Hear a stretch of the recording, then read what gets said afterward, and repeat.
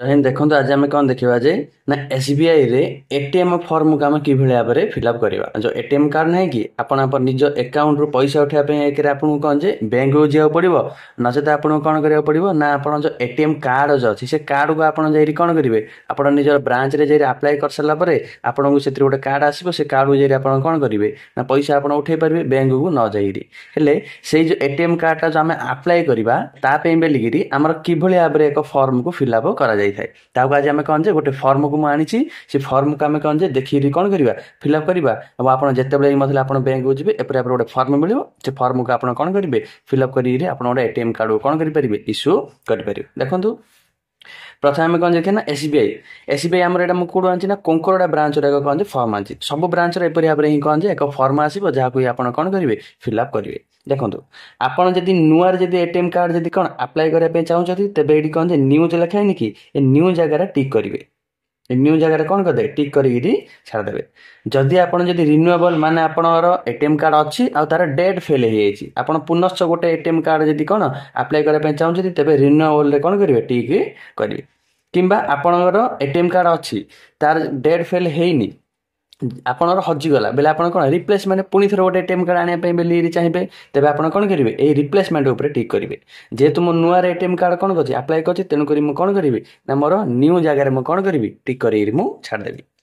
तापर से कौन कही ना आप पासबुक आनबे पासबुक आपणकर ना जेपरी भाव में लिखाई कि सेठी योर नेम जगह कौन करेंगे एठी आपणकर ना लिखिबे आउ लिखिला कौन करेंगे ना आपणकर ना आउ टाइटल मध्य थिबा जो गैप को कौन छाड़ी आप लिखे जेपरी भाव देखूँ मु गोटे लिखुची कौन जे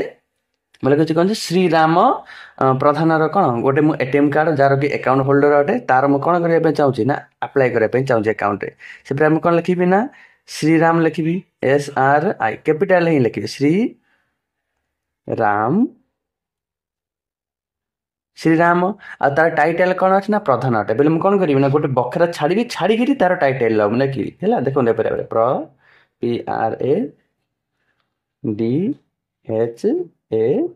प्रधान एभली भाव में लिखी जदि आप कुमार लिखी था बोले एपरी गोटे छाड़ते कुमार लिखी आउ गोटे बखरा छाड़ी आउ निजर कौन निजर टाइटल लिखी एपरी भाव में आम कौन करें श्रीराम प्रधान आम कौन कले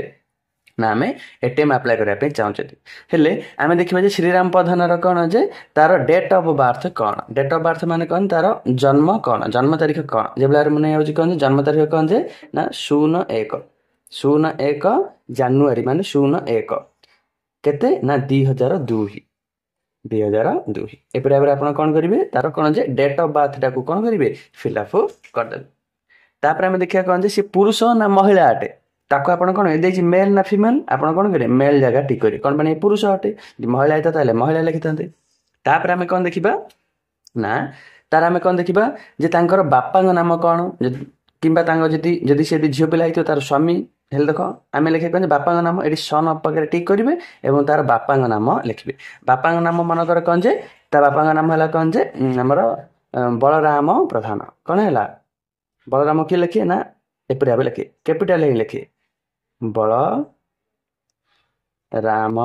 तापर गोटे बखरे छाड़िए तापर प्रधान प्रधान एवं कौन लिखिदे हेले आम जानते कौन जे तार ये कौन ता बापा नाम ही लिखिदे तापर हम देखिए तार एड्रेस कौन आपंकर बैंक रे जे भाव में एड्रेस लिखाई नुते कि से भाव में आप कौन करेंगे ना बैंक एड्रेस टाक लिखे जे भाव में एटे माने आपंकर गाँव ना कौन मनकर गाँव ना कोंकरडा आगा मुझे कौन लिखिदे गोटे बकरा छाड़ी कौन लिखिदे कोंकरडा लिखिदेवे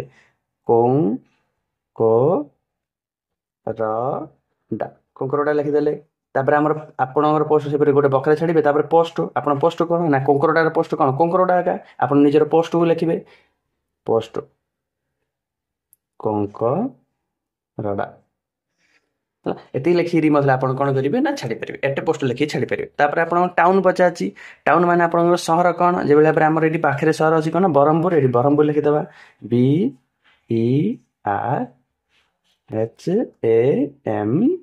BERHAMPUR ब्रह्मपुर लिखिदे तापर आप स्टेट कौन स्टेट माने आप राज्य कौन नाम राज्य ना ओडिशा ओडिशा लिखिदेवे ODISHA ओडिशा लिखिदे तापर आपणकर एरिया पिन कोड कौन पिन कोड आप लिखे जो भाव में आम एरिया पिन कोड कौन है ना 761141 4 এই ଆଡ୍ରେସରେ ହିଁ ଆପଣଙ୍କର କ'ଣ କରିବ ନା ଆପଣଙ୍କର ଏଟିଏମ୍ କାର୍ଡ଼ଟା ବାଏ ପୋଷ୍ଟରେ ଆପଣଙ୍କର ଆସିବ। ତାପରେ ସେ ଟେଲିଫୋନ୍ ନମ୍ବର, ଆମର ତ ଟେଲିଫୋନ୍ ନାହିଁ, ଆମର କ'ଣ ଅଛି ନା ଫୋନ୍ ନମ୍ବର ଅଛି। Phone number mobile phone number ଲେଖିଦେବେ। ଯେବେଳେ ମୁଁ ଗୋଟେ ରାଣ୍ଡମଲି କ'ଣ ଲେଖିଦେଉଛି ନା 9090253531 ଏଭଳି ଭାବରେ ଗୋଟେ ରାଣ୍ଡମଲି ମୁଁ ଗୋଟେ କ'ଣ ଯେ ଫୋନ୍ ନମ୍ବର, ଆପଣ ନିଜର କ'ଣ ଯେ ଫୋନ୍ ନମ୍ବରଟା ଆସିଲେ ଆପଣ ଏଠି ଦେବେ। ଏତିକି ଲେଖିଦେଲେ। ତାପରେ ଆପଣ ଦେଖିବେ ଯେ ଏଠି ଦେଖନ୍ତୁ ଦେଇଛି ଯେ ମାଇ ଡିଜାଇନ୍ଡ ଆକାଉଣ୍ଟ ଅଫ୍, ଆପଣଙ୍କର ଯେଉଁ ଆକାଉଣ୍ଟଟା ସେ ସେଭିଂ ଆକାଉଣ୍ଟ ଅଟେ ନା କରେଣ୍ଟ ଆକାଉଣ୍ଟ ଅଟେ। ଆପଣ ବୋଲେ ଆମର ସେଭିଂ ଆକାଉଣ୍ଟ ଅଟେ, ତେଣୁକରି ଏଠି କ'ଣ ଲେଖିଦେବେ ନା ସେଭିଂ ଆକାଉଣ୍ଟ ପାଖରେ କ'ଣ କରିଦେବେ ଟିକ୍ କରିଦେବେ। ତାପରେ କ'ଣ କରିବେ ନା ଏଠି ଆପଣ ସେଭିଂ ଆକାଉଣ୍ଟ କହିଛି ମାନେ ସେଭିଂ ଆକାଉଣ୍ଟରେ ଏଠି କ'ଣ କରିବେ ନମ୍ବରଟାକୁ ଆପଣ ଲେଖିବା ପାଇଁ ପଡ଼ିବ। ଯେଭଳି ଭାବରେ ମୋର ରାଣ୍ଡମଲି ଗୋଟେ ନମ୍ବର ଲେଖିଦେଉଛି ନା 1353472890 1। ତାପରେ ଏଠି କ'ଣ 11 ପକେଇବେ, ମାନେ ଆପଣଙ୍କର ଖାତାକୁ ଦେଖିବେ ଏବଂ ଆପଣଙ୍କ ଯେଉଁ ଆକାଉଣ୍ଟ ନମ୍ବରଟା ଅଛି ସେ ଆକାଉଣ୍ଟ ନମ୍ବରକୁ କ'ଣ କରିବେ ଏଠି ଲେଖିଦେବେ। ଏଠି ଲେଖି ଛାଡ଼ିଦେବେ। ତାପରେ ଆପଣଙ୍କର ଆକାଉଣ୍ଟଟା କେଉଁ ବ୍ରାଞ୍ଚରେ ଅଛି, ଏଠି କୋଙ୍କରୋଡ଼ା ବ୍ରାଞ୍ଚ ଆମେ କହୁଛନ୍ତି, ମାନେ ଏଠି କ'ଣ ଲେଖିଦେବେ ବ୍ରାଞ୍ଚ ଆମର କ'ଣ ହେଲା ନା କୋଙ୍କରୋଡ଼ା କୋଙ୍କରୋଡ଼ା ବ୍ରାଞ୍ଚରେ ଆପଣ କ'ଣ କରିଛନ୍ତି ନା ନିଜର ଖାତାକୁ ଖୋଜନ୍ତି ଆଉ ଆପଣ ସେଠି ହିଁ କ'ଣ କରିଛନ୍ତି ନିଜର ଫର୍ମକୁ ଆପ୍ଲାଏ କରିଛନ୍ତି। ଏତିକି କରିସାରିଲା ପରେ ତାପରେ ଆପଣ କ'ଣ କରିବେ ନା ଏଠି ଆପ୍ଲିକେସନ୍ ସିଗ୍ନେଚର, ଆପଣ ନିଜର କ'ଣ ଯେ ସିଗ୍ନେଚର ପକେଇବେ। ଯେଭଳି ଭାବରେ ଏଠି ଶ୍ରୀରାମ ପ୍ରଧାନ କ'ଣ ତାର ଆପ୍ଲାଏ କରାଯାଉଛି, ତେଣୁକରି ଏଠି କ'ଣ କରିବ ଶ୍ରୀରାମ ପ୍ରଧାନ ନିଜର କ'ଣ କରିବ ସିଗ୍ନେଚର ପକେଇବ ଶ୍ରୀରାମ ପ୍ରଧାନ ସେ ନିଜେ କରିଦେଲା। ବାକି ଏଇ କାଗଜ ନାହିଁ କି ଏହା ସବୁ ଅଫିସିଆଲ ୟୁଜ୍ ଅଟେ, ମାନେ ଆପଣ ଏତିକି କରିଦେଲେ, ଏତିକି କରି ଆପଣ କ'ଣ କରିଦେବେ ନିଜର ଆକାଉଣ୍ଟ ନିଜରି ବ୍ରାଞ୍ଚ ମ୍ୟାନେଜରକୁ ଦେଇଦେଲେ ଆପଣଙ୍କର କ'ଣ କରିଦେବ ମାନେ 7ରୁ 8 ଦିନ ମଧ୍ୟରେ ଆପଣଙ୍କର କ'ଣ ପଳେଇ ଆସିବ ନା ଆପଣ ବାଇ ପୋଷ୍ଟରେ ଆପଣଙ୍କର ଘରକୁ ଆପଣ ଏଟିଏମ୍ କାର୍ଡ଼ ପଳେଇ ଆସିବ। ଆଜି ପାଇଁ ଏତିକି। ଜୟ ହିନ୍ଦ।